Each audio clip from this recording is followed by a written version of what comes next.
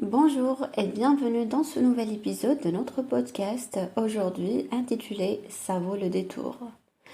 Donc, est-ce que vous connaissez le sens de cette expression ça vaut le détour? Que votre réponse soit oui ou non, je vous conseille quand même d'écouter ce podcast, même si vous connaissez le sens de cette expression, car je vais essayer de façon spontanée de vous expliquer le sens de cette expression dans différents contextes.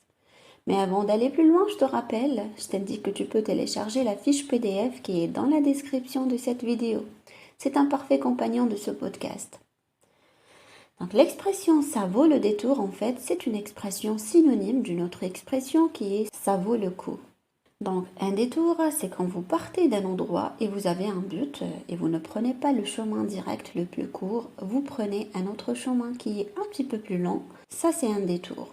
Et l'expression ça vaut le détour est utilisée pour recommander quelque chose qui mérite d'être vu, expérimenté ou exploré. Elle est souvent utilisée pour parler d'un lieu, d'un événement, d'un spectacle, d'un film, d'une personne, d'un livre ou de toute autre chose qui est intéressante, spéciale, unique. L'expression suggère que l'objet ou l'expérience en question est si valable ou impressionnante qu'il vaut la peine de faire un détour pour le voir ou le vivre, même si cela signifie dévier de son trajet habituel ou consacrer du temps supplémentaire à quelque chose.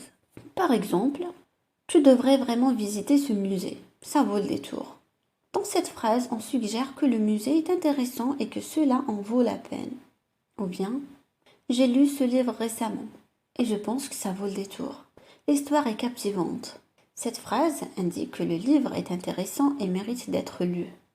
Laissez-moi vous expliquer ça dans différents contextes, par exemple.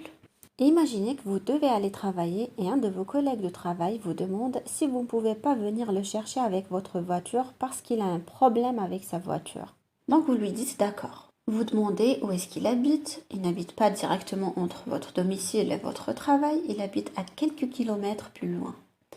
Donc vous pouvez par exemple dire « Ok, pas de problème, je viendrai te chercher, je ferai le détour ». Dans ce cas, le mot détour, ça veut dire que vous n'allez pas directement de chez vous à votre travail, mais vous faites un petit détour. Vous passez par un autre endroit qui est le logement de votre collègue et vous ne prenez pas le chemin le plus court.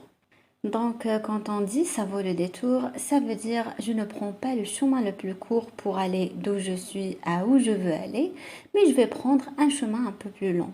Je vais faire un détour. Et si je fais ce détour et que je suis content de l'avoir fait, je suis satisfait de l'avoir fait, eh bien je dis ça vaut le détour, ça valait le détour. Un autre contexte. Imaginez que vous visitez Paris. Et avant de partir, vous voulez voir le château de Versailles. Vous voulez visiter le château de Versailles, le château qui se situe dans la ville de Versailles et qui a été construit pour Louis XIV. Le château de Versailles, très très connu et très populaire en France. Eh bien, vous allez voir le château et vous êtes super heureux. Donc le soir, après avoir visité le château, vous dites « C'était super, le château est magnifique, je suis content d'y être allé, ça valait le détour ». Donc vous avez fait un détour, vous n'êtes pas rentré directement chez vous, vous avez fait un petit détour pour aller voir le château de Versailles et vous êtes vraiment très satisfait du résultat. Et du coup, vous dites, ça valait le détour, ça vaut le détour, ça veut dire, je n'ai pas pris le chemin le plus court, j'ai fait un petit détour, mais je suis très satisfait, je suis très content du résultat. Un autre exemple, imaginez que vous discutez avec un ami. Et cet ami vous recommande un restaurant et il vous dit, moi je te conseille vraiment d'aller manger dans ce restaurant, parce que ça vaut le détour. Donc ça vaut le détour, ça a aussi un petit peu le sens, ça vaut le déplacement. Ça veut dire que vous faites un effort, vous vous déplacez, vous ne rentrez pas directement chez vous, mais à la fin vous êtes satisfait, vous êtes content.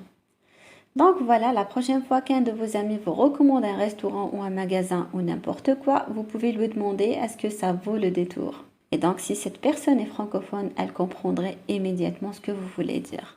Voilà, je pense que vous commencez à saisir le sens de cette expression. On va peut-être essayer de prendre un dernier exemple. Donc imaginez que vous êtes chez vous et vous avez la possibilité d'aller rendre visite à quelqu'un de votre famille dans le sud de la France. Et vous passez une semaine chez cette personne.